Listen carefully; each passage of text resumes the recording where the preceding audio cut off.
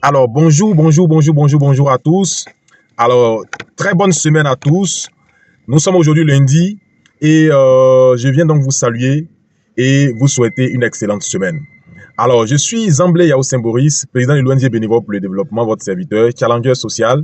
Et notre rôle dans le cadre de nos actions communautaires, c'est de faire en sorte que nous puissions simplifier le développement communautaire, de sorte qu'il soit accessible à tous, parce que nous croyons que si chaque localité de Côte d'Ivoire et chaque localité de l'Afrique s'investit dans ce type de financement, donc dans ce type de développement, nous pourrons très rapidement trouver une autonomie en termes de développement au niveau national très rapidement. Alors aujourd'hui, comme je l'avais annoncé la dernière fois, nous parlons du financement des projets communautaires. Comment est-ce qu'on peut financer un projet communautaire? Les amis, est-ce que ça vous intéresse?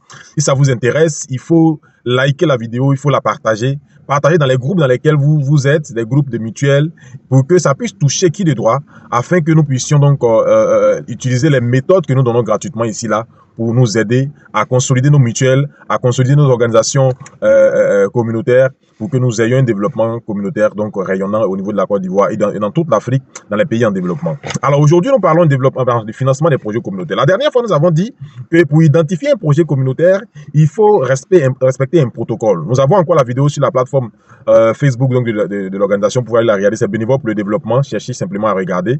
Et nous avons donné donc le processus d'identification du projet, d'un bon projet communautaire, pour que son financement soit facile. Nous nous sommes dit, il faut se poser des questions simples. Par qui voulons-nous faire financer le projet que nous voulons mettre en place? En fonction de la personne qui veut financer donc le projet, il y a une attitude à avoir. Et aujourd'hui, nous vous parlons donc du financement des projets communautaires, les types de financement donc qui existent au niveau des projets communautaires, ces ressources-là qui existent et que les mutuelles donc n'exploitent pas. Aujourd'hui, nous en parlons. Donc, nous allons parler spécifiquement de 5 points clés, 5 sources de financement qui peuvent donc aider donc nos mutuelles, aider nos responsables des collectivités, par exemple territoriales, à financer donc le développement communautaire. Il y a le financement de l'État. Le financement de l'État, c'est le fonds de l'État. Quand je parle d'État, je parle donc de l'État central avec les ministères, avec les fonds mis en place par le gouvernement. Et donc, l'État central, ça peut être aussi un projet ministériel. Donc, un ministère peut décider dans le cadre de ses activités de financer un projet communautaire. C'est pour ça que la dernière fois, nous avons dit il faut regarder le plan local de développement pour voir si le projet que vous allez réaliser rentre dans le plan local de développement. Et est-ce que ça n'a pas été prévu même par l'État? Donc, on peut avoir un projet et sans le savoir, le projet donc est pris en compte par l'État. Donc, il y a des fonds donc, qui sont disponibles. Ça peut être donc sur le budget national, l'État peut décider donc de financer un projet. Ça peut être donc un projet ministériel, comme je l'ai dit. Ça peut être un fonds d'appui aux collectivités locales. C'est possible. Donc, on peut financer un projet sur donc les fonds de l'État. On peut aussi, donc, au niveau des États, de l'État, par exemple, décentralisé, aller donc vers les collectivités territoriales. Donc, la région, la commune. Donc, il peut y avoir des subventions, par exemple, municipales ou des subventions régionales qui permettent donc de financer les projets que nous mettons en œuvre. Il faut donc regarder tout ça pour pouvoir voir comment est-ce qu'il faut mobiliser les ressources facilement pour pouvoir financer nos projets. Le deuxième niveau de financement que je voulais donc citer ici, c'est le niveau de financement par les partenaires au développement. On peut faire financer un projet par les partenaires au développement. La dernière fois, j'en ai parlé. Alors, les partenaires au développement, il y a de deux ordres. Il y a les organisations internationales. Donc, quand je parle des banques mondiales, je parle du BAD, je parle de l'ONU, donc avec ses structures comme le PNUD, l'UNICEF. Est-ce que vous voyez un peu?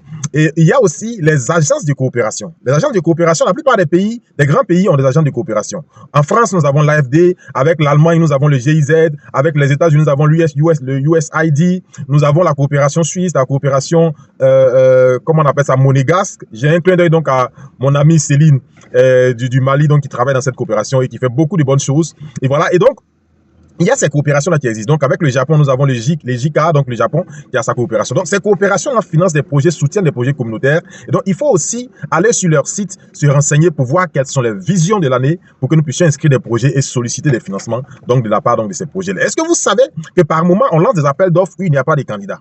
On lance des appels d'offres pour des projets communautaires, mais les mutuelles ne se mobilisent pas. Il n'y a pas de collectivité qui se mobilise parce que les gens ne savent pas. Tout commence par l'information. Je vous demande donc d'aller aux informations. Venez donc à la source. L'ONG Bénévole pour le développement est là donc pour vous renseigner, pour faire en sorte que vous puissiez donc avoir les informations, mais gratuitement pour que vous puissiez donc améliorer votre manière de travailler. L'autre niveau de financement dont je voulais parler, donc le troisième niveau de financement, c'est les ONG et les fondations. Vous savez que les fondations, par exemple comme Bill Gates et Bill et Melinda Gates, voilà, financent des projets. Nous avons aussi des fondations locales, des fondations comme Fondation MTN, l'ONACI. Et donc, ces fondations-là, ces ONG financent des projets. Ces ONG qui financent des projets peuvent vous aider à financer vos projets. C'est pour ça que je vous dis, avant de mettre en place un projet, il faut se poser la question, qui va financer notre projet? Vers qui allons-nous tourner pour financer notre projet? Donc, les ONG peuvent financer vos projets. Les ONG locales peuvent financer vos projets. Il y a aussi ce qu'on appelle, en 4e point, le financement privé. Le financement privé, je ne parlerai même pas du mécénat, je parlerai simplement de ce qu'on appelle la responsabilité sociétale des entreprises. Les entreprises du télécom, des entreprises de la téléphonie, les entreprises des industries, ont ce qu'on appelle aujourd'hui, avec le développement durable, ce qu'on appelle la responsabilité sociétale des entreprises. Cette responsabilité sociétale, qu'est-ce que ça implique? Ça implique que des sociétés décident, par exemple, de financer sur leurs bénéfices des projets communautaires, des projets à impact social important, pour pouvoir donc démontrer cet aspect, cet élan social donc, que ces entreprises ont. Et donc, ce type de financement, et donc, qui relève donc de la responsabilité sociale des entreprises, donc, vient aider au financement donc, des projets communautaires. Il faut donc aller se tourner vers ces sociétés-là qui existent. Il y a des entreprises ici en Côte d'Ivoire qui sont inscrites dans cette dynamique parce que ça leur permet donc de réaliser des grands projets et donc de se maintenir donc, dans une certaine dynamique. Ces entreprises vont aider à réaliser un certain nombre de projets. Donc, responsabilité sociale, financement privé. On peut aussi décider de financer le projet sur ce qu'on appelle le financement participatif. Et le financement participatif, il y a le financement participatif classique, mais il y a le financement participatif à l'échelle de la BDF, ce que nous-mêmes avons développé sur la base donc, de nos connaissances sur le fonctionnement normal du financement participatif.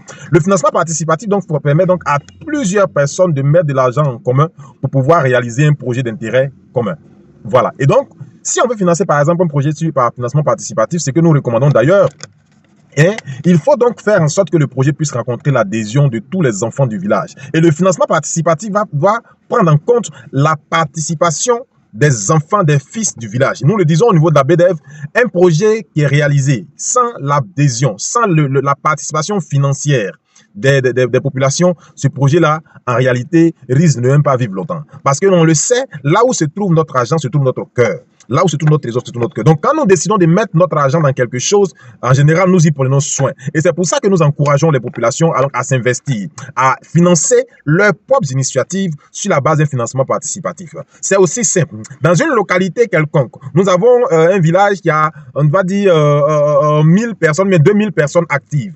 Les personnes à partir de 18 ans, 19 ans, donc et plus, qui sont actives, qui peuvent participer à ce financement-là. Imaginons que nous ayons un projet qui va coûter, par exemple, 10 millions et que dans cette population de 2000 personnes-là, chacune des personnes décide de cotiser ne serait-ce que 20 000.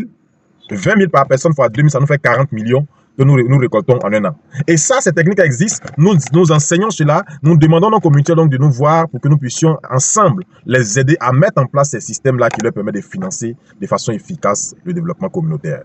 Mesdames et messieurs, le café de la BDF prend fin aujourd'hui. N'oublions pas, c'est le café de la BDF. Nous sommes ensemble. Ici, nous décortiquons ce qu'on appelle le développement communautaire pour qu'il soit accessible à tous, pour qu'il soit compris de tous, parce que nous croyons qu'en agissant, comme le professeur Zadik Essi le disait, en agissant donc sur le développement communautaire, nous pouvons toucher le développement, donc l'émergence de nos pays en développement.